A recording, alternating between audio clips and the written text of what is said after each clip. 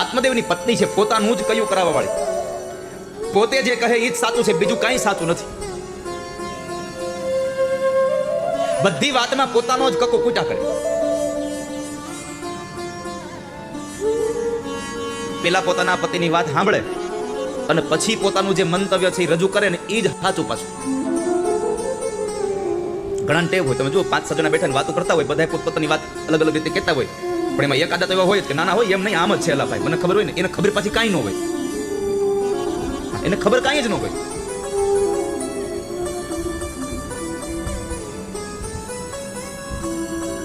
પત્ની જો કર્કશા મળી જાય તો જીવન નર્ક જેવું થઈ જાય. જેની સાથે આપણો ભાવસાગર તરવાનો એક આપણો સંકલ્પ છે, એવી પત્ની જો કર્કશા મળે તો જીવન નર્ક થઈ જાય. એક 75 વર્ષના દાદા એક જ્યોતિષી પાસે ગયા. જ્યોતિષી ઘરે બેઠા બેઠા અહીં ચશ્મા રાખી અને કુંડળીઓ બનાવતા હતા. દાદાને આવેલા જોઈ અને કીધું આવો આવો બેહો. દાદાએ પગે લાગ્યા જ્યોતિષીને. બે બેઠા છે હોલમાં, બે બેઠા બેઠા વાતો કરે છે. રસોડામાં પત્ની રસોઈ બનાવે છે. દાદાને પૂછ્યું જ્યોતિષીએ, બોલો બાપા શું કામ હતું? તો કહે છે, બાપા એક જોઈ દો ને. શું? મારે મારી પત્નીને ભળતું નથી. 75 વર્ષે મારે મારી પત્નીને ભળતું નથી, જોઈ દો ને જરાક. લાવો જન્માક્ષર જોઈ દઉં. અને એ જ્યોતિષી બાપાએ જન્માક્ષર જોયા અને પછી કીધું, તમને રાહુ ને કેતુ નડે છે, તમને રાહુ ને કેતુ નડે છે ને આ તમારે નડે છે, એટલે એની તમારે વિધિ કરાવી પડશે. ત્યાં રસોડામાંથી અવાજ આવ્યો, આખા ગામને નડે છે એ જોઈ દે, આપણું શું નડે છે એ જોવાની, તમે આખી જિંદગી મને નડ્યા છો એ જોવાની. આ અવાજ સાંભળી એટલે ઓલા 75 વર્ષના બાપાના કાન ચમકા, એટલે જરા મોઢા પડી રેખા બદલી. એટલે જ્યોતિષ બાપાએ કીધું, એ તો બોલા, તમે ધ્યાન રાખો, તમે ધ્યાન રાખો.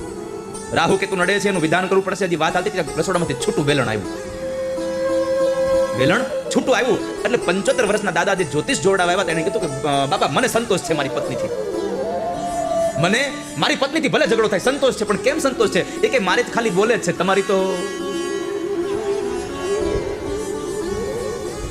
પત્ની કર્કશા મળે તો જીવન નર્ક થઈ જાય. પત્ની હોવા જોઈએ. કબીર મહારાજના પત્ની હતા એવા. પત્ની સારી મળે તો ઘર છોડીને જંગલમાં ભજન કરવા જવાની જરૂર ન પડે, તમને ઘરમાં જ ભજન કરાવરાવે. અને પત્ની જો સારી ન મળે તો જંગલમાં જાવ, ન્યાય હક ન લેવા દે. કબીર મહારાજના પત્ની હતા, કેટલા અનુકૂળ. મધ્યાંતરનો સમય અને બરાબર માથા પર સૂરજ તપે અને ઘરમાં બેઠા બેઠા રેડિયો ચલાવે. અને એવા સમયે એના પત્ની આંગણામાં બેઠા બેઠા વાસણ માંગતા હતા. અને એક જરાક વધારે કટ પડતો ભણેલો ગણેલો આવ્યો. થોડુંક વધારે ભણી ગયા હોય અને પુસ્તકની જાણકારી થઈ ગઈ એટલે થાય, ઓહો મારા જેવો તો જ્ઞાની જ નથી આ સંસારમાં, મારા જેવો આ સંસારમાં કોઈ જ્ઞાની જ નથી. અને પુસ્તકની જાણકારીનું જેને ખાલી અહમ આવે એનું જીવન ગમે ત્યારે ડૂબે ડૂબે ને ડૂબે, એમાં નક્કી નહીં. એક ગણિતના સાહેબ હતા, વાત આવી ગયા આજે કહું, એક ગણિતના સાહેબ હતા. એ બરાબર આ કિનારેથી ઓલા કિનારે જવું તું, યાત્રા કરવી હતી, એટલે હોડીમાં બેઠા. અને પુસ્તકનું જ્ઞાન એટલે એટલો બધો દંભ, એટલો અભિમાન. એટલે હોડીમાં અંદર બેઠા. એટલે હોડી ચલાવનારો જે નાવિક હતો એ વૃદ્ધ હતા. એટલે હોડી ચાલતી થઈ એટલે વૃદ્ધની બાજુમાં બેઠા બેઠા ગણિતના આ અધ્યાપકે, દંભી અધ્યાપકે પ્રશ્ન કર્યો, નાવિક ગણિત જેવડું કઈ આવડે છે કે નહીં? એટલે નાવિક કીધું કે ગણિત શું હોય? ગણિત શું હોય? આપણને ખબર નથી કે ગણિત નથી ખબર?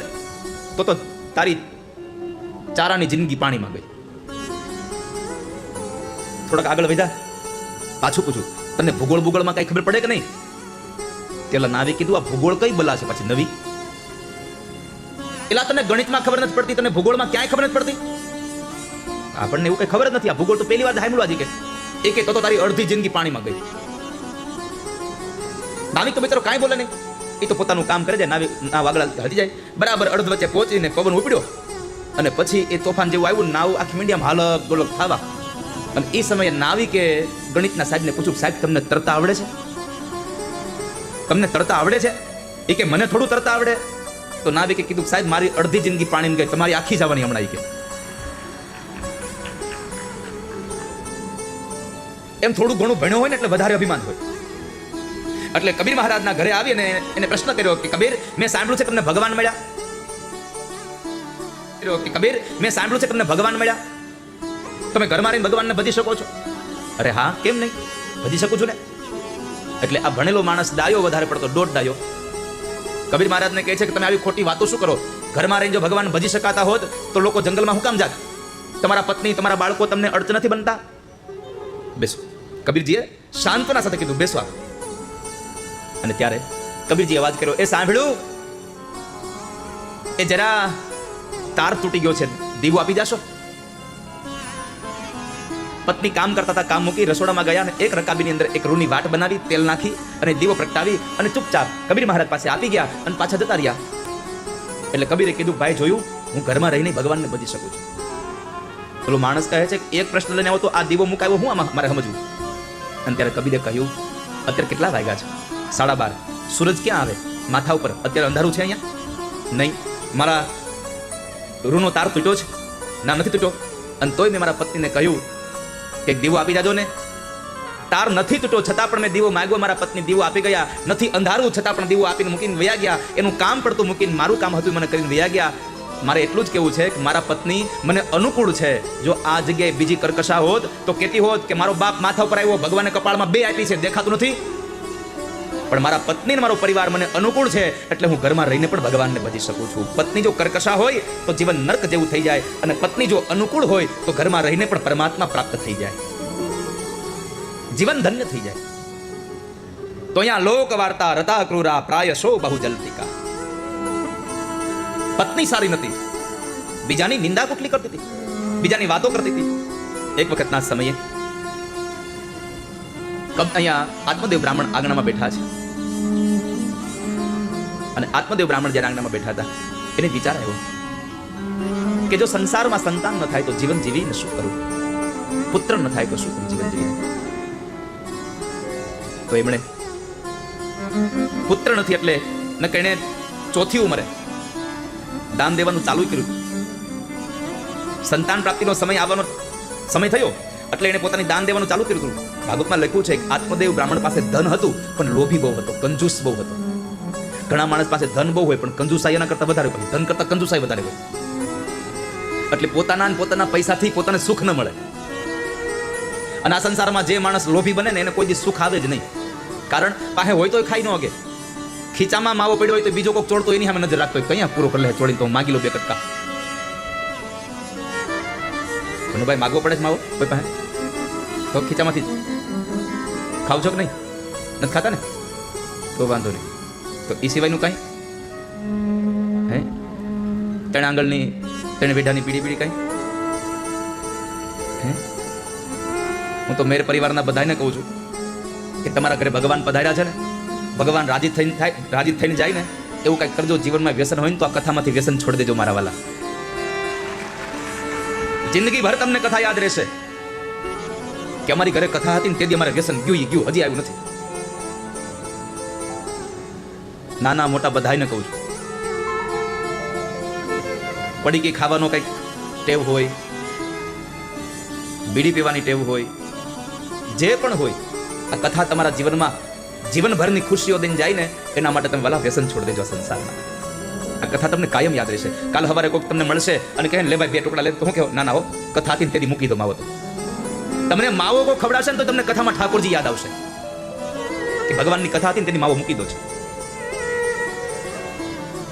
એટલે આજ મારી પ્રાર્થના છે, મારે કોઈના નામ નથી કેવું, પણ તમને બધાને, જેને પણ, આ બધાના માટે છે મારો ભાવ કે જેને પણ એમ થાય કે આ કથા અમને જિંદગીભર યાદ રહે, આ કથા અમારા ઠાકોરજી અમને કાયમ માટે યાદ રહે, ભગવાન દ્વારિકાનો નાથ કાયમ માટે રાજી રહે અમારા ઉપર, એના માટેથી આજથી જ આ કથા પૂરી થાય પછી નહીં, આજથી જ અને અત્યારથી જ હવે કોઈ જાતનું વ્યસન નથી કરવું. તો સમજો આ સંસારમાં કોઈને કથા ફળે કે ન ફળે, જેને વ્યસન છૂટી જાય ને એને 100% આ કથા ફળવાની છે. અને તમે વ્યસન છોડશો, તમે જેટલા રાજી થાઓ ને એના કરતા તમારો પરિવાર રાજી થાય કે અમારા ઘરના લોકો વ્યસન છોડી દીધું. ભગવાને ખાવા માટે ક્યાં ઓછું આપ્યું છે? નવી કાર લઈ આવો તમે તો જરાક પણ કારમાં ડેશબોર્ડ પર તમે જરાક કચરો જોઈ જાવ ને તો ખીચામાંથી રૂમાલ કાઢીને આમ લૂછી નાખો છો. નવી કારમાં તમારા ખીચામાંથી રૂમાલ કાઢી, જે રૂમાલથી તમારે મોઢું સાફ કરવાનું છે એનાથી તમે કાઢીનો કાચ સાફ. કંજૂસ લોભી હતા. પણ અંતે સંતાનના સમયે એને દાન આપ્યું, પણ એ દાનનું કોઈ પુણ્ય ફળ ફળ્યું નહીં. અમુક સમય ગતી જાય પછી દાન કરવા જાવ તમે કઈ વળે નહીં. અને દાન તો હું કહું છું તમને બધાને, આપણા મર્યા પછી આપણું દાન કોક કરે ને એના કરતાં આપણી હાથે જ દાન કરતું જવું, આપણી જાતે જ દાન કરીને જવું. આપણે તો કેવું વિચાર્યું ખબર, આપણે મરીએ પછી છોકરાઓ મારા પાછળ ઈ ગુંદીને ગાંઠિયા કોકને ખવડાવે. ભાઈ તારી પાછળ ખવડાવે ને કરતા તું તારી હાથે ખવડાવીને જાને કોકને ગુંદી ગાંઠિયા. શું કામ એને કોકની રાહ જોવી? આપણું પરસેવાની કિંમતથી કમાયેલો પૈસો কোথায়? জবে আছি, বাস এখনই অফিসে পৌঁছচ্ছি। অফিসে? আমারও অফার লেটার এসে গেছে আর 10 તમે તનતોડ મહેનત કરી હોય અને તમારી તનતોડ મહેનતથી ભેગું કરેલું નાણું તમે મરો પછી તમારા છોકરાઓ દાન કરવું હોય તો કરે, ન કરી તો વાપરી નાખે. કે ઘણી વખત શું થાય, આપણી ભેગી કરેલી સંપદા આપણે ગુજરી જાય પછી આપણા છોકરાઓ કોઈક જગ્યાએ દાન કરીને લખાવે સ્વર્ગસ્થ અમારા પિતાજીની સ્મૃતિમાં. હવે તમારા પૈસાથી સ્વર્ગસ્થ લખાવું એને કરતા તમારી હાથે શ્રીમાન લખાવીને જાવ ને. આપણી સંપદાને સ્વર્ગસ્થ શું કામે? જીવનમાં કંજુસાઈ ન કરશો કોઈ દિવસ. કંજૂસ માણસની પાસે રહેલું ધન પણ એને સુખ નથી આપી શકતું. લોભ કરે એટલે પાછળ એને પછતાવાનો વારો આવે ને આવે, એમાં સંશય નથી.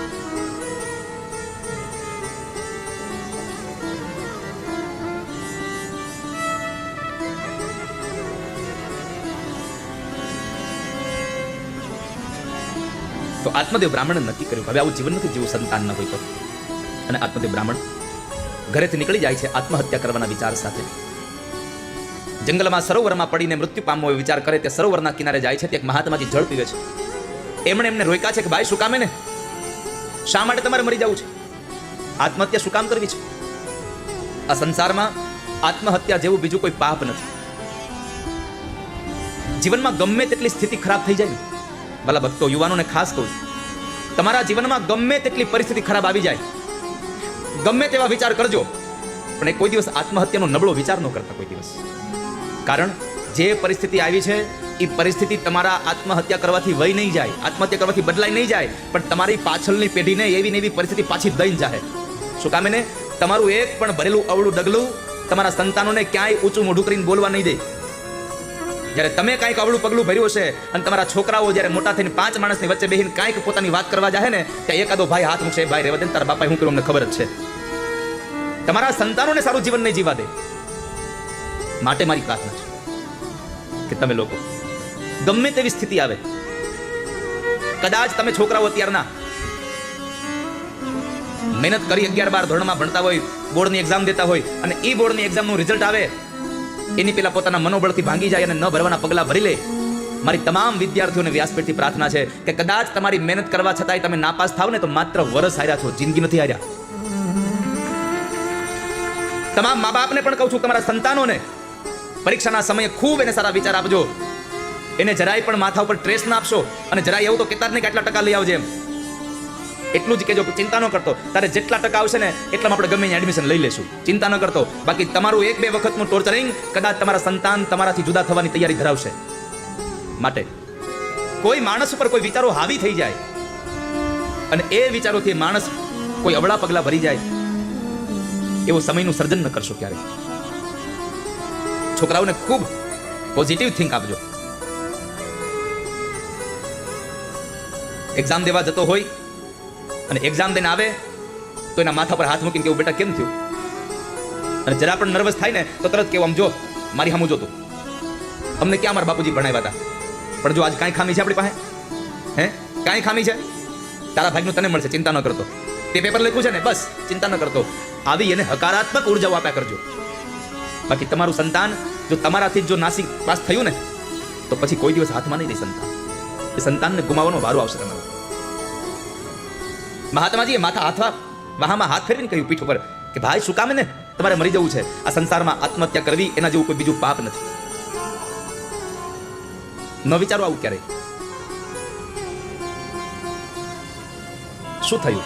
આત્મદેવ પોતાની વાત બતાવે છે કે મહારાજ, મારે ત્યાં સંતાન નથી, મારે સંતાન નથી, પુત્ર નથી, ને પુત્ર વગરનું જીવન જીવીને શું કરવું? અરે પુત્રની જરૂર શું છે? તો કહે છે કે પુત્રની જરૂર એટલા માટે છે કે પુત્ર ન હોય તો પિંડદાન કરે કોણ? પુત્ર ન હોય તો પિંડદાન કોણ કરે?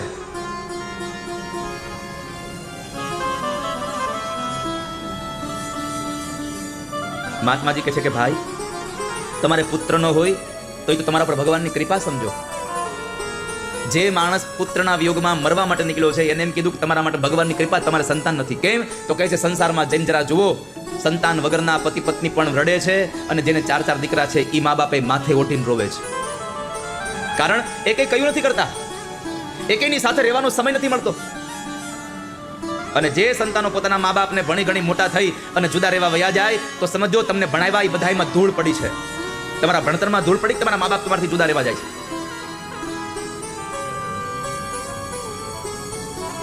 પુત્રની જરૂર શું છે? તો કહે છે કે પુત્ર ન હોય તો શ્રાદ્ધ કોણ કરે? પણ આ સંસારમાં ભગવાન ભાગવતજીમાં કહ્યું છે કે આ સંસારમાં સૌથી મોટું કોઈ શ્રાદ્ધ હોય તો શરણાગતિ છે. ભગવાનના ચરણોમાં શરણાગતિ લેવી એનાથી મોટું કોઈ બીજું શ્રાદ્ધ જ નથી. આપણા મર્યા પછી કોઈ દીકરાઓ ચોખાના લોટના અને ઘઉંના લોટના અને અડદના લોટના પિંડ કરે અને આપણને મુક્તિ મળે એના કરતાં પરમાત્માએ આપેલું આ પંચમહાભૂતનો પિંડ તમારી જાતે પરમાત્માની સેવામાં સમર્પિત કરીને જાઓ, પછી ઠાકોરજીને તમારા પાછળ પિંડદાન બીજા નહીં કરાવવાનું પડે. તમારી જાતે પિંડદાન કરીને જાઓ અને પિંડદાન કરો તો યાદ રાખજો, ભગવાન તુલસી પત્ર વગર કાંઈ ગ્રહણ નહીં કરે. ઠાકોરજી તુલસી પત્ર વગર કાંઈ જ ગ્રહણ નહીં કરે. ભગવાનને જે કાંઈ ધરાવો ને એમાં તુલસી પત્ર પધરાવું. તુલસી વગર ભગવાન કાંઈ ગ્રહણ કરતા નથી. તો હમણાં પ્રશ્ન કરશો કે આ શરીર તમે ભગવાનને ધરવાનું કહો છો તો આ ભગવાન કેમ સ્વીકારે? આમાં કેમ તુલસી પત્ર પધરાવું? અહીંયા તુલસી પત્ર નથી પધરાવવાનું. તો ગળામાં તુલસીની માળા પહેરવાની છે. ગળામાં રુદ્રાક્ષની માળા પહેરજો, ગળામાં તુલસીની માળા પહેરજો, કપાળમાં તિલક કરજો. ઠાકોરજીના કેવા હો તમે. અને આમે જો ગળામાં તુલસીની કે રુદ્રાક્ષની માળા નહીં હોય ને તો પછી ઓલા ડોકમાં પટ્ટા વગરના કૂતરા જેવું થાય. બજારમાં કૂતરા રખડતા હોય ને મ્યુનિસિપાલિટી વાળા ભરવા માટે નીકળે તો જે કૂતરાના ડોકમાં પટ્ટો બાંધેલો હોય એને મ્યુનિસિપાલિટી વાળા ન અડે. કેમ? તો કે આ તો કોકની માલિકીનો લાગે છે, બાકીના બધાને ડબ્બામાં ભરી દે. એમ જ્યારે યમરાજના દૂતો નીકળશે અને જેના ગળામાં તુલસીની કે રુદ્રાક્ષની માળા નહીં હોય એને બધાને ડબ્બામાં ભરીને ઉપાડી જાય. બાકી કહે ના, આ તો વિષ્ણુ ભગવાનનો છે, આને રહેવા દો, આને ન અડાય. રુદ્રાક્ષની માળા પહેરીએ છે તો કે આ તો શિવ ભગવાનનો છે, આ એની માલિકીનું છે, આને ન અડાય, રહેવા દો. કપાળમાં તિલક કર્યું હશે તો મૂકીને વ્યા જશે. બાકી જો તમારા કપાળમાં કે તમારી ગળામાં એક પણ સનાતન ધર્મનું ચિહ્ન નહીં હોય તો એમના દૂતો પકડીને લઈ જાય બાંધીને તમને. માટે ગળામાં તુલસીની માળા પહેરી રાખો. અને ખાલી તુલસી ન ગમતી હોય તો હોનાથી મઢાવીને પહેરી રાખો, પણ પહેરો તમે. અરે કાંઈ વધારે માળા ન ગમતી હોય તો છેલ્લી બાકી એકાદો રુદ્રાક્ષનો પારો પણ સોનાથી મઢાવીને પણ તમારા ગળામાં બાંધી રાખો. ઠાકોરજીનું કહેવાશો તમે.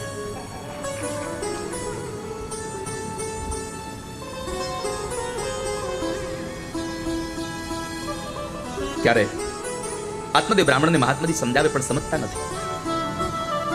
કહ્યું તમે સંસારની આ માયાજાળને મૂકી દો. વિવેકમ તો સમાસાદ્ય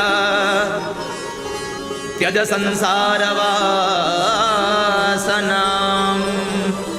તમે વિવેકને જીવનમાં લાવો. અને જો જીવનમાં વિવેક નહીં હોય તો તમારું જીવન ધૂળ બનતા વાર નહીં લાગે. અને જીવનમાં વિવેક લાવવો હોય તો એક વાતની આવશ્યકતા છે, સત્સંગની. બેનો સત્સંગ વિવેક ન હોય, રામ કૃપા બેનો સુલભ ન સોય. બેનું સત્સંગ વિવેક ન હોય. સત્સંગમાં ન જાઓ ત્યાં સુધી વિવેક ન મળે. સત્સંગમાં જાઓ તો એકાદો શબ્દ લાગી જાય અને જીવનમાં વિવેક આવી જાય. ખાલી વિવેકની જરૂર નથી હો, ભક્તિ જ્ઞાન સહિત વિરાગ આપતો. જ્ઞાન અને વૈરાગ્ય સભર તમારામાં વિવેક હોવો જોઈએ. નકર વિવેક તો બહુ બધા મોટા મોટા માણસોમાં હોય. ડોક્ટરમાં વિવેક હોય, વકીલમાં વિવેક હોય, જજમાં વિવેક હોય, એન્જિનિયરમાં વિવેક હોય, પણ એ વિવેક પ્રેમ વગરનો, સ્નેહ વગરનો વિવેક હોય. અને સાધુમાં વિવેક હોય એ સ્નેહ વાળો વિવેક હોય. સાધુના આશ્રમમાં જાઓ એટલે તમને વિવેક સાથે આવકાર સાથે બોલાવે અને હારે સ્નેહ પણ હોય. આવો આવો મારા વાલા, આવો. સ્નેહ વગરનો વિવેક નકામો છે. અને આ સ્નેહ વગરનો વિવેક તમને જીવનમાં ખુશી ન આપે. પણ સ્નેહ વાળો વિવેક જોતો હોય તો તમારે સત્સંગમાં જવું પડે. બેનો સત્સંગ વિવેક ન હોય, રામ કૃપા બેનો સુલભ ન સોય. રામની કૃપા વગર સત્સંગ ન મળે અને સત્સંગ વગર વિવેક ન મળે. અને વિવેક ન હોય તો જીવનમાં શાંતિ ન મળે. જુઓ અહીંયા આત્મદેવ નામના પુરુષને બુદ્ધિ નામની સ્ત્રી એની પત્ની દ્વારા જ્યાં સુધી વિવેક નામના દીકરાનો જન્મ ન થયો ત્યાં સુધી આત્મદેવને શાંતિ મળી નહીં. એમ આપણી બુદ્ધિને જ્યાં સુધી વિવેક નામના પુત્રનો પ્રસવ નહીં થાય ત્યાં સુધી આત્મા કોઈ દી શાંતિ નહીં લઈ શકે. આ બુદ્ધિને વિવેકની જરૂર છે. પુત્રની જરૂર છે. બહુ સમજાવ્યા આત્મદેવને, પણ ન સમજ્યા. અંતે કહ્યું, લાતો કે ભૂત બાતો સે નહીં માનતે. આ દુનિયામાં ગમે તેમ સમજાવો નહીં, સમજે નહીં. વડીલો છોકરાઓને વારે, ગમે તેટલા વારે ને તોય એની મગરૂરીમાં એ ન વરે, અને પછી એ હારે તઈ રે. એટલે આપણી કહેવત છે, વાર્યા નો રે ને એ હાર્યા રે. વડીલો કહેતા હોય એમ ન કરો ને પછી આપણે જ્યારે પરિણામ ખોટું આવે ને ત્યારે એમ થાય કે આની કરતા બાપુજી કહેતા સાચું હતું, પણ પછી શું કામનું. એટલે અમુક વાતમાં જ્યારે વડીલો આપણને કહેતા હોય ને ત્યારે એની વાતની કોઈ જાતની અવગણના ન કરી અને એની વાતનું ધ્યાન રાખજો, જેથી કરીને તમારા જીવનમાં ખોટા પરિણામ ન આવે. અંતે એક ફળ આપી અને મહાત્માજીએ આત્મદેવ બ્રાહ્મણને ઘરે મોકલાને કહ્યું કે જાઓ, તમારા પત્નીને ફળ ખવડાવજો, ભગવત કૃપાથી તમારે ત્યાં સંતાન થશે. આત્મદેવ ઘરે આવે છે, આવીને ફળ પોતાની પત્નીને આપ્યું, નીકળી જાય છે. પત્નીએ ફળ ખાધું નહીં. એની બેનપણી હારે નક્કી કર્યું કે મારે આ પ્રસૂતાની વેદના નથી વેઠવી, અને હું ફળ ખાવ એટલે ગર્ભવતી થાવ, મારે કાંઈ ખવાય નહીં, કાંઈ પીવાય નહીં, કાંઈ અવાય નહીં, કાંઈ જવાય નહીં, હરાય નહીં, ફરાય નહીં, અને મારું શરીર પછી કામ કરતું બંધ થઈ જાય એટલે પછી મારે મારી નણંદને કામ કરવા બોલાવી પડે. મારી નણંદ કેટલું ધન લઈને વહી જાય કોને ખબર. ભાગવતજીમાં લખ્યું, મંદાયા મયી સર્વસ્વમ નનાંદા સમહરેત તદા.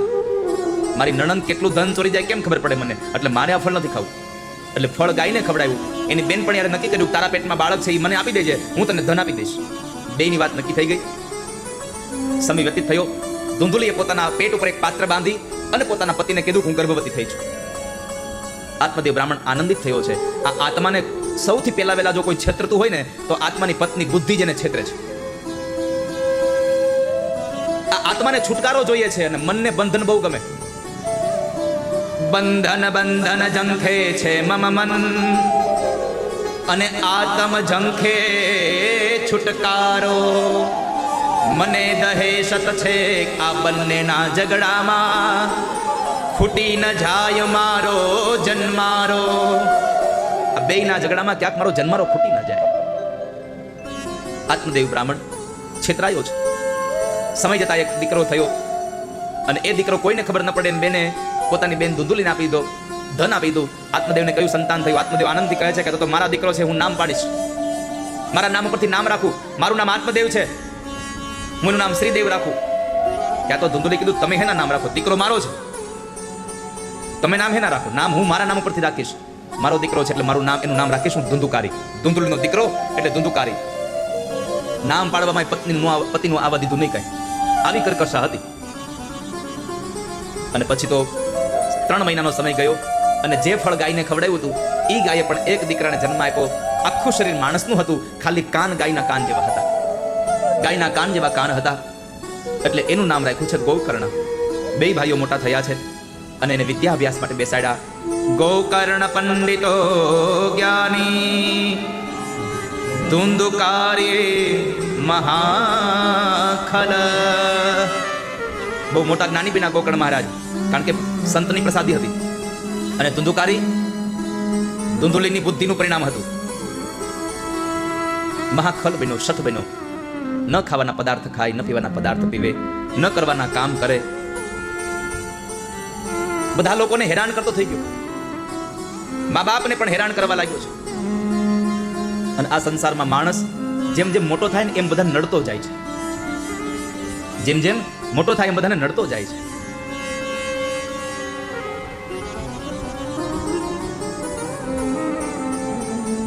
પણ જ્યારે કોઈ ગુનાઓ થઈ જાય, જો તમે તમારા હાથથી સત્કર્મ ન કર્યું તો તમે જીવતા મરદું છો. અને એક વખતના સમયે આત્મદેવ પાસે પૈસા માંગ્યા. આત્મદેવે પૈસા આપવાની ના પાડી તો બાપને છાતીમાં લાત મારી ધરતી પર પછાડે છે. આંખમાંથી અશ્રુ નીકળ્યા અને એ સમયે મહાત્માજીના શબ્દો યાદ આવ્યા કે દીકરા વગરનાય રડે છે ને દીકરા વાળાય રડે છે. આ સંસારમાં કોઈ કોઈનું નથી. સુતઃ કસ્ય ધનમ કસ્ય સ્નેહવાન જલતૈ નિશમ. આ સંસારમાં કોઈ કોઈનું છે નહીં.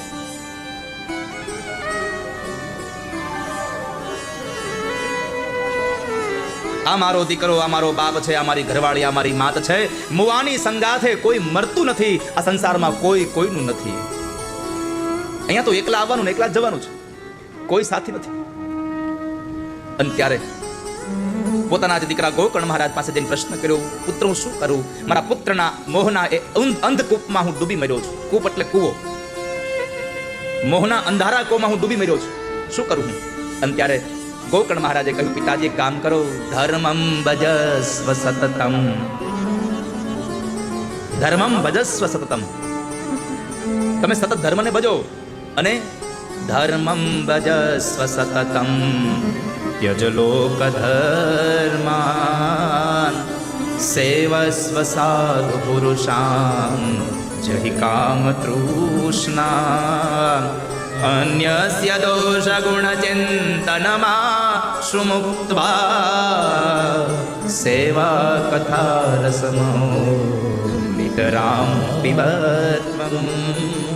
પિતાજી, ધર્મમ ભજસ્વ સતતમ. તમે સતત ધર્મને ભજો અને હવે લોકનો જે ધર્મ એટલે કે સંસારનો વ્યવહારિક ધર્મ છે એને છોડી દો. ત્યજ લોક ધર્માન સેવસ્વ સાધુ પુરુષાન જહિ કામ તૃષ્ણામ. સાધુ પુરુષના ચરણની સેવા કરી અને તમારી કામ તૃષ્ણાઓને ત્યજી દો. હવે બીજું, સંસારમાં સુખી થવું હોય તો અન્યસ્ય દોષ ગુણ ચિંતનમાં સુમુક્તવા. આ સમાજના લોકોના દોષ અને ગુણ આ બધું જોવાનું બંધ કરી દો. તમે કોઈ દી દુખી નહીં થાવ. અને છેલ્લે કહ્યું, સેવા કથા રસમહો નિતરામ પિબત્વમ. તમે નિત્ય કથાઓનો રસ પીવો. અને આ વાતને લઈ અને આત્મદેવ બ્રાહ્મણ ઘરેથી નીકળી જાય છે અને તીર્થમાં જઈ શ્રીમદ ભાગવતના 10મા સ્કંદના પાઠ કરી અને ભગવાનમય બની જાય છે. પાછળથી ધુંધુકારી પોતાની માને હેરાન કરે છે. માને દુખી કરી રહ્યો છે. માં પણ પોતાના દીકરા પાસે કહે છે કે ભાઈ, મને માર આમ ન કર, મને હેરાન ન કર. આ સંસારમાં આપણે જરાક મોટા થઈએ ને પછી મા બાપને આપણે તુચ્છ મંડીએ ગણવા. આપણે જરાક વ્યવહાર કરતા થઈએ અને મા બાપ જો આપણા વ્યવહારમાં જરાક ક્યાંક બોલે એટલે શું કહી, એ તમે મૂંગાર્યો, તમને ન ખબર પડે. એમાં એ અમને નહોતી ખબર પડતી એટલે તો તમારા હાથમાં વ્યવહાર આપ્યો ભાઈ, નકર તમને આપીએ શું કામ અમે. પ્રાર્થના છે મારી યુવાનોને, ક્યારેય પણ મા બાપને ન કહેશો તમને ખબર નથી પડતી. જો એને ખબર ન પડી હોત તો આજ આપણને આટલા મોટા બનાવી જ ન શક્યા હોતા સંસારમાં કોઈ. જ્યારે તમે જરાક ઊંચાઈ ઉપર પહોંચો ને ત્યારે તમારી આંખને બંધ કરીને કહો કે તમારા અંતરને પૂછું કે મારી આ ઊંચાઈ ઉપર પહોંચવામાં સૌથી મોટો ફાળો કોનો છે? સૌથી વધારે મહેનત કોની છે? કદાચ વિદ્યાર્થીઓ એમ કહેતા હોય કે અમે 12મા ધોરણમાં પાસ કરવા માટે અમે રાત ને દિવસ વાંચ્યું છે, પણ તમે એ તો ન ભૂલી જાઓ કે તમારે જે પુસ્તકો વાંચવાતા એ પુસ્તકોને ખરીદવા માટે કોઈ કે રાત ને દિવસ નોકરી કરીને તમને પુસ્તકો અપાવ્યા છે. એ તો ન ભૂલી જાઓ. પણ ત્યારે બેફદિયા જરા થાય એટલે મા બાપ જાણે કે ખબર જ નથી, કોઈ ચીજ નથી આપણા માટે. અહીંયા ન ખાવા પીવાના પદાર્થો ખાઈ પી અને મા બાપને હેરાન કરી રહ્યો છે. મા બાપને ન બોલવાના શબ્દો બોલી રહ્યો છે.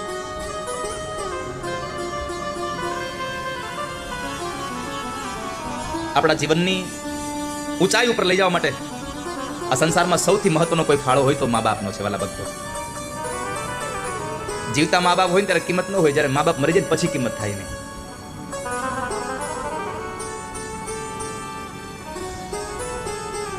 જ્યારે માં મૃત્યુ પામી હોય અને આપણે બીમાર પડીએ અને ત્યારે દીકરી જ્યારે બાજુમાં આવે અને દીકરી બાપુજીને દવાને બધું આપતી હોય ને ત્યારે દીકરીને જોઈને એમ થાય કે મારી માય મારું આમ જ ધ્યાન રાખતી હો.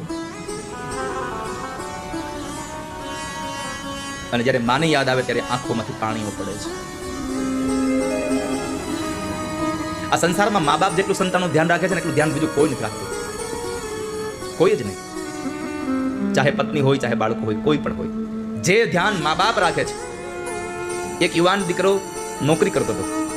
રોજ 2 વ્હીલ લઈને જાય નોકરી, ઓફિસે ટિફિન લઈને જાય અને પાછો આવે. રોજ ટિફિન લઈને જઈને પાછો આવે. એમાં બરાબર એક વખતના સમયે ઓફિસ ગયો, ટિફિન ખોલ્યું બપોરના સમયે, તો બપોરના સમયે ટિફિન ખોલવામાં ટિફિનની અંદરથી એક પ્લાસ્ટિકની કોથળી નીકળી. ખાલી કોથળી પ્લાસ્ટિકની નીકળી. એટલે યુવાન વિચારવા માંડ્યો કે આ ખાલી કોથળી કેમ નીકળી છે? આમાં માં ભૂલી ગઈ હશે કાંઈ કે શું હશે? આખો દિવસ આમ મથામણ કરી પણ કાંઈ જવાબ ન મળ્યો અંદરથી. સાંજે ઘરે આવ્યો, જમી પરવારી અને મા બાપ સાથે બેઠો હતો. ત્યારે માને પૂછ્યું કે માં, રોજ તમે ટિફિન ભરો છો, કોઈ દિન આજે મારા ટિફિનમાં ખાલી કોથળી નીકળી છે, કેમ આજ મારી થેલીમાં તમે આ ખાલી થેલી નાખી પ્લાસ્ટિકની? અને ત્યારે એ જન્મ દેવાવાળી માં એટલું બોલતી, દીકરા તું રોજ 2 વ્હીલ લઈને જાય છે ને ભાઈ, તું રોજ ઓફિસે તારી બેગ લઈને જા છો અને તારી પાસે 2 વ્હીલ છે, 4 વ્હીલ નથી. અને અત્યારે ચોમાસાના મહિનાઓ ચાલુ થઈ ગયા છે, કદાચ તું ટુ વ્હીલર આવતો હોય અને રસ્તામાં વરસાદ આવે તો તારા ખીચામાં રહેલા પૈસા, તારા અગત્યના કાગળો, તારો મોબાઈલ પલળી ન જાય એટલા માટે મેં તને પ્લાસ્ટિકની કોથળી હારે આપી છે. આટલું ધ્યાન માં રાખે. સમય ઘણો વ્યતીત થઈ ગયો. દીકરાને એના પત્ની આવી ગયા, ઘરે દીકરાઓ મોટા થઈ ગયા, મા બાપ મૃત્યુ પામ્યા હતા. એમાં એક વખતના સમયે દીકરો ઓફિસે ગયો અને ઓફિસેથી નીકળ્યો અને ત્યારે બરાબર વરસાદ પડ્યો અને પોતાનું ટિફિન ખોલ્યું, પોતાની બેગમાં જુએ પણ ક્યાંય પ્લાસ્ટિકની કોથળી નહોતી. ત્યારે માની યાદ આવી, માં હોત તો આજ પ્લાસ્ટિકની કોથળી મારી બેગમાં હોત, મારી માં હોત તો મારી કોથળી આજ અમારા કપડાં આ બધું મારું બગડી ન જાય. તારી યાદ આવે મારા પાપણે પાણી પડાવે, મારી જન્મની તે નારી, મને તારી યાદ આવે. તારી મારા પાપણે પાણી પડાવે, મારી જન્મની દેનારી, મને તારી. આ સંસારમાં તમે ક્યારેક અનુભવ કરજો, તમે ગમે તેટલા મોટા થઈ ગયા હો, તમારી ઘરે દીકરાઓ ને ઘરે દીકરા હોય, પણ તમારી ગૌઢી માં જ્યારે જીવતી હોય અને તમે રાત્રિના સમયે બહાર ગયા હો, જ્યાં સુધી તમે ઘરમાં ન આવો ત્યાં સુધી ઘરમાં બધા જ વ્યક્તિઓ રૂમ બંધ કરીને સુઈ જશે, પણ ખૂણામાં ખાટલો નાખીને પડેલી તમારી વૃદ્ધ માં નહીં સુવે ત્યાં સુધી તમે ઘરે નહીં આવો. મા બાપ જાગતા રહે છે, હજી મારો દીકરો બહાર છે. નિંદરા ન આવે બેટો હોય ઘરની બાર, જો ખખડે ડેલીને મારખે દ્વાર ઉઘાડે. આવ્યો મારા લાલમાં વરણા લેવાને વાને, જો મારી જન્મની દેનારી માં, મને તારી યાદ આવે. તારી યાદ આવે મારા પાપને પાણી પડાવે, જો મારી જન્મની દેનારી માં, મને તારી યાદ આવે. એક જન્મની દેનારી માં એવી છે કે દીકરો ગમે તેવો થાય તો માના મોઢામાંથી દીકરા માટે કોઈ કુભાવ ન જન્મે. આજ ધુંધુકારી માને મારવા માટે દોડ્યો છે. માં હાથ જોડી કહે છે, ભાઈ મને શું કામે ને મારે છે? તમને ખબર છે આ સંસારમાં તમે ઠંડક લેવા માટે હિમાલયમાં વયા જાવ ને, પણ જે ઠંડક માની ગોદમાં મળે એ તમને હિમાલયની ગોદમાં ન મળે કોઈ દિવસ. અને એટલે કવિ લખવું પડે, કેદાન કહે છે, હૈયું રે માળો માતું દયાનો મીઠો દરિયો, જો અમી વરસે આખડિયુંમાં વરસે અહાડી હેલી, જો કેદાન કે જગ આખું તોલું, તારી તોલે કોઈ ના આવે, જો મારી જન્મની દેનારી માં, મને તારી યાદ. હોય એટલો જ પ્રેમ માં નાના દીકરાને પણ કરતી હોય. એની બધી જ આંખો હરખી હોય છે.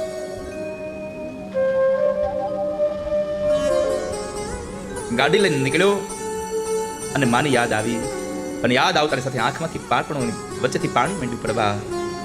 તારી યાદ આવે મારા પાપણે પાણી પડાવે, જો એ જન્મની દેનારી, મને તારી યાદ આવે. તું જ જનેતા. જય માં. ધુંધુકારી માને દુઃખ દઈ રહ્યો છે. માં રડી રહી છે, ભાઈ મને ન હેરાન કર. માને મારવા માટે થઈ અને સળગતું લાકડું લઈને ધુંધુકારી દોડ્યો છે. માને ઘરમાંથી નીકળી જવું છે પણ દીકરો જવા નથી દેતો. એક વખતના સમયે દીકરો મદિરાપાન કરીને પડ્યો છે ઘરમાં, બેભાન અવસ્થામાં પડ્યો છે. અને એ અવસ્થામાં માં ઘરમાંથી નીકળવા માટે નીકળે છે, પણ જતા જતા દીકરા ઉપર નજર ગઈ ને તો એ જતા જતા એ કુકર્મી દીકરાના કપાળમાં ચુંબન કરી અને ધૂંધુડી ઘરમાંથી નીકળી છે.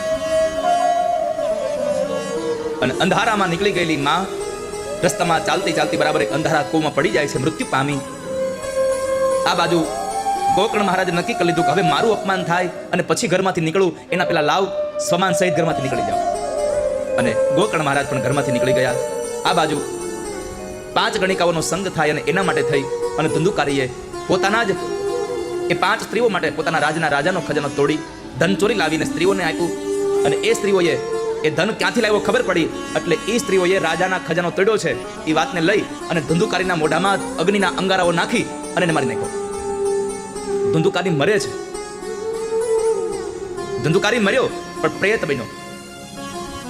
કારણ આ સંસારમાં પાપનું કર્મ તમારે ભોગવવું જ પડે, એમાં ન ચાલે ક્યારે. તમારે તમારા દ્વારા થયેલું પાપ એને આજ નહીં તો કાલ તમારે ભોગવવું જ પડશે, એમાં નહીં ચાલે. આ જન્મમાં નહીં તો આવતા જન્મમાં તમારે ભોગવવું પડે.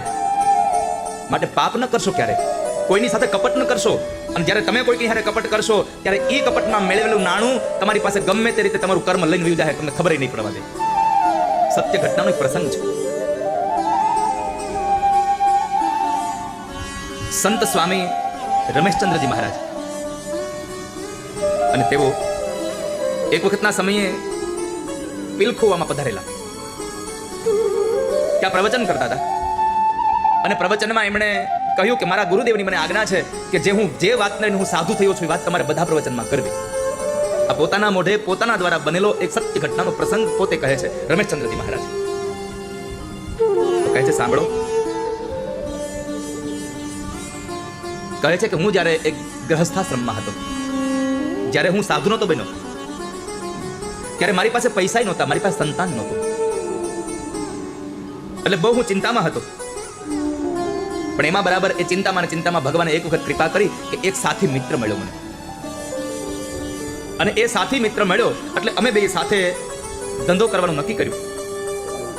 બે ભેગા મળીને એક દુકાન કરી અને બે જણાએ ભેગા મળી અને ભગવાન નારાયણની કૃપાથી અમે મુંબઈમાંથી રૂની ગાંસડીઓ ખરીદી. મુંબઈથી એમણે રૂની ગાંહડીઓ ખરીદી અને એ રૂની ગાંહડીઓ વેચાતા એમને એક વખતના સમયે 1 લાખ રૂપિયાનો એને ફાયદો થયો. બેયની દુકાનમાં 1 લાખ રૂપિયાનો ફાયદો થયો.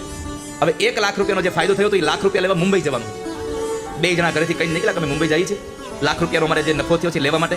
બે ગયા, એક હોટલમાં રોકાણા અને એ હોટલમાં રોકાયા પછી 1 લાખ રૂપિયા લઈને પાછા એના મિત્રએ કીધું કે ભાઈ હાલને 2-3 દી રોકાઈ, વારે ક્યાં મુંબઈ આવું છે આપણે, હાલને રોકાઈ. બે રોકાણા. પણ બે રોકાણા ને એમાં બરાબર એક વખતના સમયે કહે છે કે મારી મતિ બગડી ગઈ. મને એમ થઈ ગયું કે આ લાખ રૂપિયા જો હું એકલો રાખી લઉં તો કામ થઈ જાય. શું કરું એના માટે? તો કહે છે કે મેં મારા સાથી મિત્રને હારે જમવા બેહાડ્યો અને જમવામાં મેં એને દૂધની અંદર ઝેર પાઈ દીધું. હોટલની રૂમમાં એ મૃત્યુ પામે છે. પણ મારો મિત્ર બીમાર થઈ ગયો છે એ વાત જાહેર કરી અને હું એને ટેક્સીમાં નાખી 100 રૂપિયાના ભાડાની ટેક્સી બનાવી અને એ ટેક્સીમાં નાખીને હું એને લઈ ગયો દરિયાના કિનારે મેં એને નાખી દઈ અને હું લાખ રૂપિયા લઈ અને ઘરે જતો રહ્યો. ઘરે ગયો એટલે જે મારા સાથી મિત્રો છે એના સંબંધીઓ આવીને મને પૂછવા લાગ્યા કે અમારો ભાઈ અમારો દીકરો તમારી હારે આવ્યો હતો.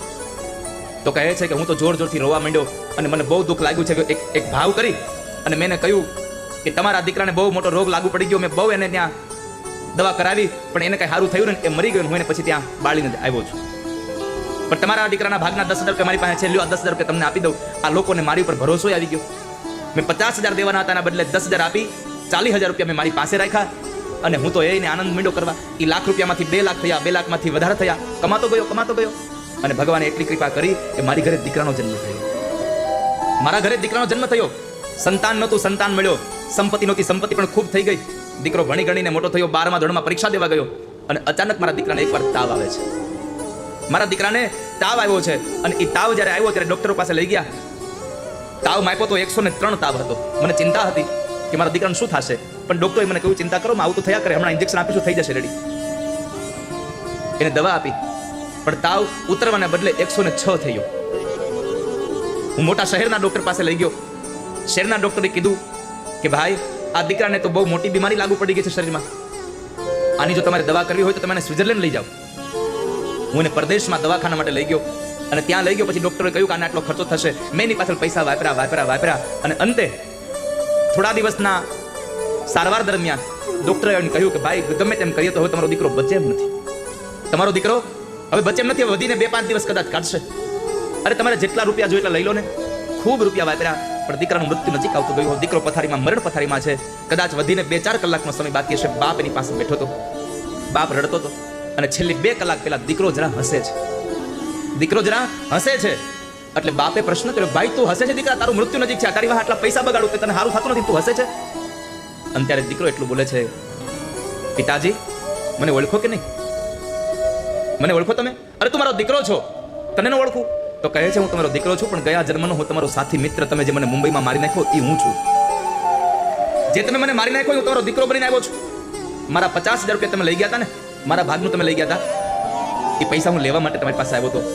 આજ હું આવ્યો, જન્મો, મારી પાછળ બીમારીમાં તમે પૈસા ખર્ચો કર્યો. મારા ભાગનું નાણું જે તમારી પાસે હતું એ મારા જ પાછળ તમે ખર્ચી નાખ્યું. હવે નીકળી ગયું છે. હવે તમારી પાસે 10,000 રૂપિયા વધ્યા છે. એ મારા મરણ પછી મારી ક્રિયા કરાવજો. રામ રામ. કહેવાનો ભાવ મારો એ છે વાલા ભક્તો. અને ત્યારે રમેશચંદ્રજી મહારાજ એમ લખે છે કે પછી દીકરાની ઉત્તર ક્રિયામાં 10,000 રૂપિયા વાપરી અને પછી ઘર તરફ ન ગયો. હું સીધો જંગલમાં નીકળીને સાધુ બની ગયો છું. પાપ કરશો તો ભોગવવું જ પડશે, નહીં ચાલે. છૂટકો નથી ભોગવા વગર. કદાચ તમે પાપ કરો એ કદાચ બીજા કોઈને ખબર હોય કે ન હોય, તમને તો ખબર જ છે. કોઈ એમ કહેતા હોય કોઈને ખબર નથી. આ સંસારમાં 2 વ્યક્તિને ખબર હોય છે. તમારા દ્વારા થયેલું પાપ, તમારા દ્વારા થયેલું ખોટું કામ 2 જ માણસને ખબર હોય છે. ત્રીજા નથી ખબર હોતી. 2માં કોણ? એક તમે અને એક ભગવાન. આ 2ને તો ખબર જ હોય કોને ખોટું કર્યું છે. તમે બધાથી છુપાવી શકો, મારા ઠાકોરજીથી ન છુપાવી શકો, પરમાત્માથી ન છુપાવી શકો. અને ત્યારે ધુંધુકારી પ્રેત બન્યો. ખૂબ એને દુઃખ થાય છે. ગોકર્ણ મહારાજને ખબર પડી એટલે ગોકર્ણ મહારાજે ગયાજીમાં જઈ શ્રાદ્ધ કર્યું. અને ગયાજીમાં શ્રાદ્ધ કર્યા પછી ધુંધુકારી પ્રેત અવસ્થામાં ગોકર્ણ મહારાજ પાસે આવે છે, મને મુક્તિ અપાવો. ગોકર્ણ કહે છે કે મેં તો ગયામાં શ્રાદ્ધ કર્યું, મુક્તિ ન મળી. અને ત્યારે ધુંધુકારી બોલ્યો, ગયા શ્રાદ્ધ શતે ના પીર મુક્તિર્મેન ભવિષ્યતિ. ગયાજીમાં એક વખત નહીં ભાઈ, તમે 100 વખત શ્રાદ્ધ કરો તો મને મુક્તિ ન મળે. કામ એવા કર્યા છે મેં, તો મને મુક્તિ અપાવો. અને પછી તો ગોકર્ણ મહારાજે ભગવાન સૂર્યનારાયણને પૂછ્યું કે ગયાજીમાં શ્રાદ્ધ કરવાથી જેને મોક્ષ ન મળે એને મોક્ષ શેનાથી અપાય? તો કહે છે એની પાછળ ભાગવતની કથા બેસાડો. અને ગોકર્ણ મહારાજે ભાગવતની કથા બેસાડી. 7 દિવસની કથાના પુણ્ય ફળે પ્રેત ધંધુકારીને મુક્તિ મળી. ભગવાનના પાર્ષદોને લેવા આવ્યા અને એ કથા બતાવી. અને સુત નામના મહાપુરુષે કીધું કે પાપ કરવામાં જેને પાછું વાળું નહોતું જોયું એને ગયાજીના શ્રાદ્ધથી મુક્તિ ન મળી, પણ ભાગવતની કથાથી મુક્તિ મળી. મારે તમને એટલું કહેવું છે કે જે માણસ મરી જાય એની પાછળ કથા બેહાડવામાં આવે, એના નામથી કથા બેહાડવામાં આવે અને એ મરેલા માણસને મુક્તિ મળી જાય છે, તો તમે તમારી જાતે નક્કી કરો. મરેલાને મુક્તિ મળે તો તમે તો જીવતા ભાગવતના મંડપમાં બેઠા છો, કેમ મુક્તિ ન મળે? પણ માત્ર ખાલી ભાગવતને સાંભળવાથી મુક્તિ ન મળે. ભાગવતને સાંભળ્યા પછી એવું જીવન જીવવાથી મુક્તિ મળે. વાલા ભક્તો, આવું જીવન જીવવું પડે તો મુક્તિ મળે. બાકી તો તમે 5 કલાક અહીંયા આવીને બેહીને વયા જાવ તો એ તો પૂરું થઈ ગયું. તો ખાલી બસ 5 કલાક તમને મજા આવી. આ કથા 5 કલાક સાંભળ્યા પછી તમારા ભવે ભવમાં આનંદ અપાવે એના માટે છે. ખાલી 5 કલાક મજા કરવા માટે નથી. 2 ધૂન ગવાડીને એને આનંદથી રાસ રમી લીધો એટલે આનંદ થઈ ગયો. ના ના ના, આ કથા સાંભળ્યા પછી મજા કરવાની છે આપણે. પછી જીવનને આનંદિત બનાવવાનું છે. તો ભાગવતની કથા મરેલા માણસને પણ મુક્તિ અપાવે એ વાત બતાવી. ભાગવતના વક્તા કેવા હોવા જોઈએ? તો ભાગવતમાં બતાવ્યું, વિરક્તો વૈષ્ણવો વિપ્રો વેદશાસ્ત્ર વિશુદ્ધિકૃત દ્રષ્ટાંત કુશલો ધીરો વક્તા કાર્યોથી નિસ્પૃહ. ભાગવતનો વક્તા કેવો હોવો જોઈએ? વિરક્ત હોવો જોઈએ, વૈષ્ણવ હોવો જોઈએ. અને ત્રીજું, ભાગવતનો વક્તા હંમેશા બ્રાહ્મણ જ હોવો જોઈએ. બ્રાહ્મણ સિવાય વક્તા લઈ આવો નહીં ક્યારેય. ભાગવતમાં લખ્યું છે, અહીંયા આવો, આ મારા શબ્દોથી, વિરક્તો વૈષ્ણવો વિપ્રો. વિપ્ર કહેતા બ્રાહ્મણ. હજારો વર્ષ પહેલા ભગવાન વ્યાસે લખ્યું છે કે ભાગવતનો વક્તા હંમેશા બ્રાહ્મણ હોવો જોઈએ. પણ અત્યારે તો કળયુગ આવ્યો ને, જેને મનમાં આવે બેહી જાય વ્યાસપીઠે. હા, જેને મનમાં આવે બેહી જાય. સવારે પેન્ટ શર્ટ પહેરે, રાતે ધોતી પહેરે, જેને મનમાં આવે બેહી જાય. આ વ્યાસપીઠ છે, આ સિંગદાણા વેચવાની આ દુકાનની હાટડી નથી વાલા. એ તમને જેને મનમાં આવે બેહી જાવ. આ વ્યાસજીની ગાદી છે, તમારો અધિકાર હોવો જોઈએ. અને કદાચ તમે વ્યાસપીઠે બેહી જાઓ છો તો વ્યાસપીઠે બેઠા પછી વ્યાસપીઠની મહત્તા તમારા જીવનમાં આવવી જોઈએ. તમારા જીવનમાં વ્યાસપીઠનું મૂલ્ય સમજાવવું જોઈએ. તો બ્રાહ્મણ જેવો વક્તા લઈ આવો, નિસ્પૃહી વક્તા લઈ આવો, ભાગવતને વેચે એવો નહીં, ભાગવતને વહેંચે ને એવો વક્તા લઈ આવો. આટલા પૈસા આપો તો હું તમારી ઘરે કથા વાંચવા આવું એવો વક્તા ન લઈ આવો. ભાગવતની કથા વાંચ્યા પછી 7મે દિવસે જે દક્ષિણા મળે એમાં આનંદ માણે ને એવો ભાગવતનો વક્તા તમારે લઈ આવો. ભાગવતને વેચે એવો નહીં, ભાગવતને ગેહે ગેહે જને જને વહેંચે એવો વક્તા લઈ આવો. બનુભાઈ આવ્યા હતા મુહૂર્ત લેવા, તમારી દક્ષિણા કેટલી થાય મને પૂછતા હતા. નકર કથાનું મુહૂર્ત દેવા માટે બનુભાઈ હું કોઈ મળું નહીં. બાપા હારે હતા ભાઈ ને એટલે તમારા મિત્ર એટલે મને મળી શકાડું. કે હું કથાનું મુહૂર્ત હું ના આપું, મારાથી ભાઈ નાનો ભાર્ગવ છે, બધું જ સંચાલન કરે. ખાલી મને તારીખ આપે કે તમે આ તારીખે કથા વાંચવા અહીંયા ચાવજમાં જવાનું છે તમારે.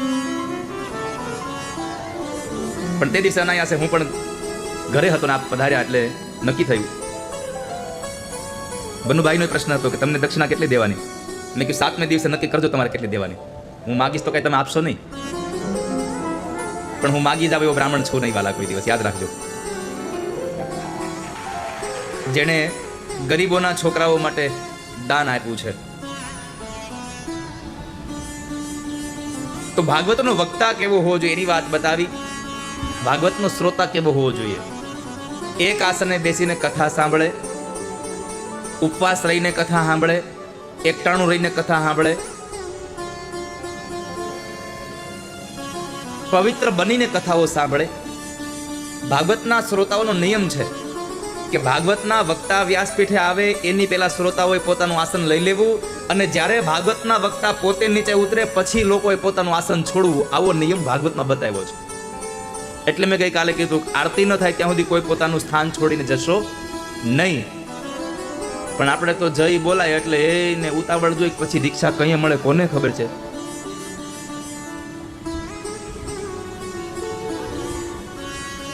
તો ભાગવતના વક્તાઓના ગુણધર્મ બતાવ્યા. અને આ ભાગવત પુરાણ તિલક શ્રીમદ ભાગવતમ પુરાણ તિલકમ યદ વૈષ્ણવાનામ ધનમ યસ્મિન પારમહંસમેવ મમલમ જ્ઞાનમ પરમ ગીયતે યત્ર જ્ઞાન વિરાગ ભક્તિ સહિતમ નિષ્કર્મ્ય મા વિષ્કૃતમ તશૃણવન પ્રપઠન વિચારણ પરો ભક્ત્યા વિમુચ્ચે નર. વૈષ્ણવોનું પરમ ધન છે આ ભાગવત. અને અસાર સંસારમાં વિષય વિષસંગા કુલદય એવા સંસારમાં પણ અમૃત સમાન કોઈ ચીજ હોય તો ભાગવત કથા છે. આ ભાગવત કથાનું ગાન કરવું, ભાગવત કથાનું પાન કરવું. ભાગવત કથાના આયોજકોએ ભાગવતમાં લખ્યું છે કે જેમ દીકરા કે દીકરીના લગ્નમાં જેમ ધન વાપરો એમ છૂટું મન રાખી અને ભગવાનની કથામાં ધન વાપરવું. દીકરાના લગ્નમાં વાપરેલું ધન એનું હવાયું તમારી પાસે પાછું નહીં આવે. યાદ રાખજો, દીકરા કે દીકરીના લગ્નમાં વાપરેલું ધન તમારું પાછું તમને મળશે કે નહીં એની કોઈ ખાતરી નથી, પણ ભગવાનના કામમાં વાપરેલું ધન તમને ઠાકોરજી હવાયું કરીને પાછું આપશે એની તૈયારી રાખજો. કારણ કોઈનો ભાર ન રાખે મુરારી, વ્યાજ સહિત પાછું આપે વનમાળી. બધાયનું પાછું આપે વનમાળી. તો એ ભાવ સાથે ભાગવતના મહાત્મ્યને અહીંયા વિશ્રામ કર્યું. અને વિશ્રામ કર્યા પછી ભાગવતના પ્રથમ સ્કંદમાં ભાગવતનો મંગલાચરણ બતાવ્યું છે. ભાગવતનું મંગલાચરણ આપ્યું. ભાગવતમાં 3 મંગલાચરણો આપ્યા છે, વ્યાસ, સુખદેવ અને સુત પુરાણી. આ ત્રણેયના મંગલાચરણમાં એક ભાવ રહ્યો કે જન્મની 3 અવસ્થામાં, બાલ્ય અવસ્થા, યુવાની અવસ્થા અને વૃદ્ધાવસ્થામાં મંગલાચરણ કરો. દિવસમાં સવારે ઉઠો ત્યારે, બપોરે જમો ત્યારે, સાંજે સુવો ત્યારે 3 વખત પરમાત્માને યાદ કરીને પછી સુવો. સવારે ઉઠો ને તો સૌથી પહેલું વહેલો આમ હાથ જોઈ અને ભગવાનને થેન્ક યુ કેવું, થેન્ક યુ ઠાકોરજી તમે મને જગાડ્યો. બપોરે જમવા બેસો ત્યારે ભગવાનને પ્રણામ કરવા કે આભાર ભગવાન તમારો કે તમે મારા પેટમાં જઠરાગ્નિ બનીને આવ્યા, નકર જે જમવું એ બાળે કોણ એ પેટમાં. અને ત્રીજું, જ્યારે સુવા પડો ત્યારે ઠાકોરજીને પ્રણામ કરજો, ઠાકોરજી આજનો દિવસ તમે મને આખો મંગલમય રીતે પસાર કરાવ્યો, તમારો આભાર છે. પરમાત્માનો આભાર વ્યક્ત કરજો. તો એ મંગલાચરણનો ભાવ વ્યક્ત કરતા ભગવાન વ્યાસજી પોતાનું મંગલાચરણ લખે. જન્માદ્યસ્ય યતોન્વયાદિતરતા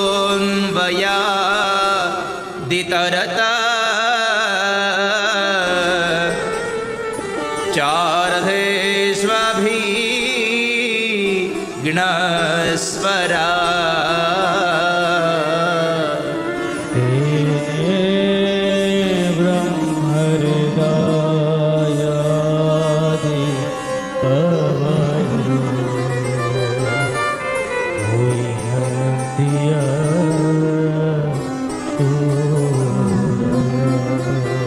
तेजो वारि मृदां यथा विनिमयो यत्र त्रिसर्गो मृषा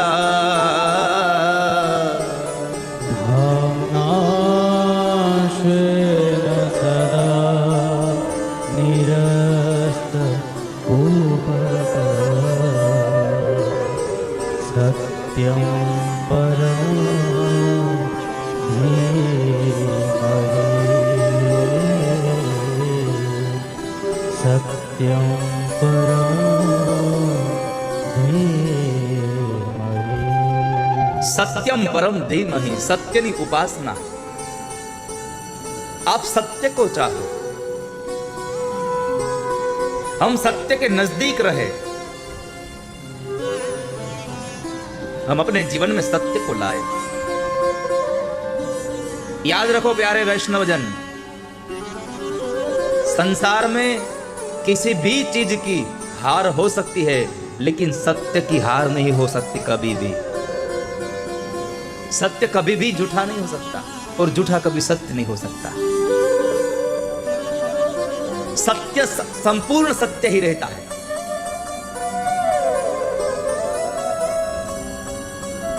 क्योंकि सत्य वही ईश्वर है सत्य ही परमात्मा का एक स्वरूप है इसीलिए तुम सत्य की आराधना करो और यदि आपके जीवन में सत्य रहा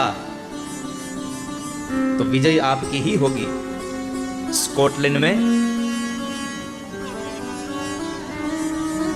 वहां का सेनापति सबको मार रहा था सामने खड़ा करता और रिवॉल्वर में से गोली निकाल के मार देता था कई लोग सामने खड़े थे लाइन में सबको मार रहा था लेकिन जब जिसको मारने की बारी आती थी तो पूछता था तू हमारा धर्म अपना ले हमारा धर्म अपना ले जो नहीं मना कर रहा था उसको मार देता था एक 20 साल का लड़का आकर खड़ा रहा सामने उसको बोल रहा है सेनापति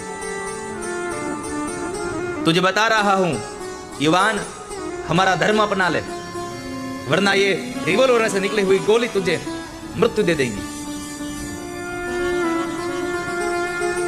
निष्ठा के साथ बोल रहा है युवान सेनापति मार दीजिए मुझे लेकिन मैं अपना धर्म नहीं छोड़ सकता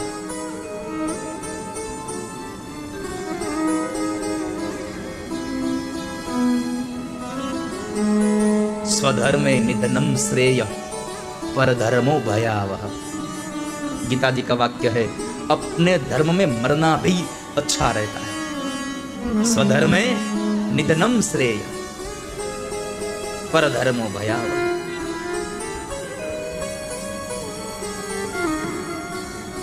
लेकिन सेनापति को ऐसा लगा कि चलो इस बच्चे को मैं 24 घंटे का वक्त दे दूं शायद इसकी मानसिकता बदल जाए मैं तुम्हें 24 घंटे का वक्त दे रहा हूं यदि 24 घंटे के वक्त के बाद यहां नहीं आया तो मैं तुझे मार दूंगा ठीक है वो लड़का घर को जाने के लिए निकला अपनी मां को ये संदेशा मिल गया था कि मेरे बेटे को मार रहे हैं मां रो रो कर मूर्छित हो गई गिर गई धरती पर पड़ी हुई है लेटी हुई है बच्चा आया मां ओ मां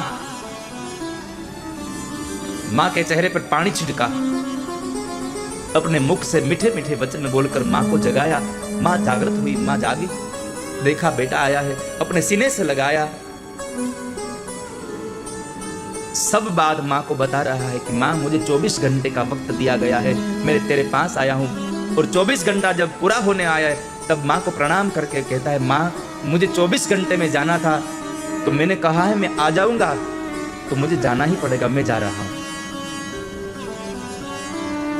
मां को प्रणाम करने के बाद वो बच्चा वहां से निकल गया 24 घंटा पूरा नहीं हुआ उनसे पहले कुछ वक्त पहले जहां आने की बात हुई थी वहां सेनापति के सामने आकर खड़ा रहा और सेनापति को बोल रहा है, महाराज मुझे मार दीजिए, मैं आपको कहकर गया था कि मैं 24 घंटे के बाद आ जाऊंगा और मैं अपने सत्य के भाव पे मैं आ गया हूं, आप मुझे मार सकते हैं, मैं अपना धर्म नहीं छोड़ने वाला। तो एक 20 साल का लड़का, वरना ऐसा होता नहीं है, जो 24 घंटे के वक्त दिया होता तो वो 24 घंटे में कहां से कहां निकल जाते हैं लोग, कहीं ना कहीं छुप जाते हैं। लेकिन सेनापति को हुआ कि ये बच्चे में सत्य भरा है, तो ये 24 घंटे की बात कर कर गया था, वो वापस आ गया और सेनापति को दया आई और कहने लगा कि तू अपने शब्दों पर सत्य रहा है, इसलिए मैं तुझे जाने देता हूं, जा तू चला जा, तू जी ले अपनी जिंदगी। अपने जीवन में रहा सत्य अपने को जिंदगी दे सकता है, इसलिए आप चले जाओ। इसलिए सत्य की उपासना करो। सत्य को प्रणाम किया है, प्रभु को प्रणाम किया, सत्य को प्रणाम किया है। जिसने ये संसार बनाया उन भगवान को प्रणाम किया है, जो इस संसार को चला रहे हैं। मैंने कल ही बताया था कि इस संसार में न कोई अपने को मार सकता है, न कोई अपने को जीवन दान दे सकता है। ये कार्य कोई कर सकता है तो केवल परमात्मा कर सकते हैं। हमारा जीना भी उसके हाथ में है, हमारा मरना भी उसके ही हाथ में है।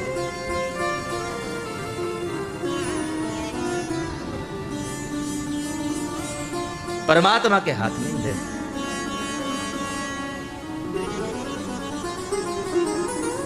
तो सत्य को प्रणाम किया।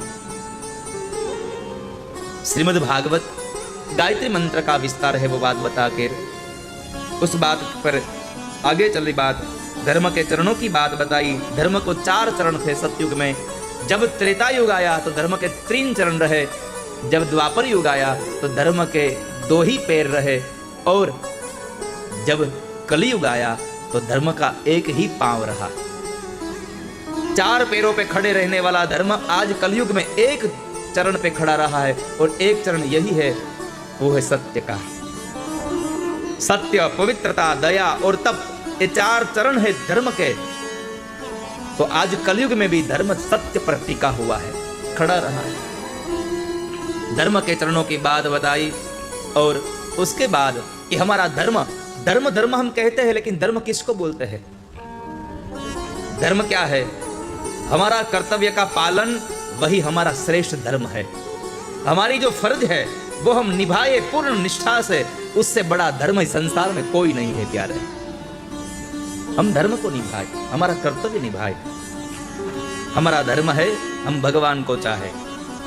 क्यों? लोग कहते हैं हम भगवान को कहाँ चाहते हैं? हम भगवान को नहीं चाहते, हम भगवान से चाहते हैं। इस संसार में भगवान को चाहने वाले नहीं रहे, भगवान से चाहने वाले रहे हैं। लेकिन ऐसी कथाओं में जाओगे, नित्य निरंतर भगवान की कथा सुनोगे, तो भगवान को ही चाहोगे, भगवान से कुछ न चाहोगे। आप भगवान की कथा सुनो निरंतर, भगवान की कथा पीनो, भगवान के नाम का रस पिया करो। क्यों? क्योंकि परमात्मा का नाम ही अमृत समान है।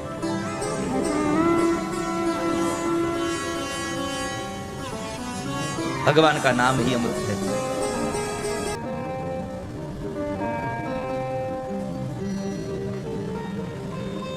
निगम कल्पतरोर्गलितं फलम् शुकमुखादमृतद्रव संयुतम् पिबत भागवतं रसमालयम् मुहुरहो रसिका भुविहा। જ્યારે સુતરામના પ્રાણી ભાવથી કથા કરતા હતા અને એમાં આ ભાવથી રસ પીવડાવતા હતા ભાગવતનો, અને ત્યારે શૌનકોએ પ્રશ્ન કર્યા, બાબજી શાસ્ત્રનો સાર શું? શ્રેય એટલે શું? શ્રેયની પ્રાપ્તિ કેમ કરાય? ભગવાન રાજા બનીને આવ્યા એનું કારણ શું? 5મો પ્રશ્ન, ભગવાન ક્યાં ક્યાં અવતાર લઈને આવ્યા, કઈ કઈ લીલાઓ કરી? અને 6થો પ્રશ્ન એ છે કે જ્યારે પરમાત્મા સ્વધામગમન થયા ત્યારે ધર્મ કોના શરણે ગયો? આ 6 પ્રશ્નના જવાબ તમે અમને આપો। અને આ 6 પ્રશ્ન સિવાય પણ જો કાંઈ બીજું કહેવા લાયક હોય તો એ પણ અમને કહો। અને આ બધા જ પ્રશ્નોનો જવાબ દેવા માટે થઈ અને સુત પુરાણીએ પોતાની પ્રાર્થના કરી. નારાયણમ નમસ્કૃત્ય નરમ ચૈવ નરોત્તમં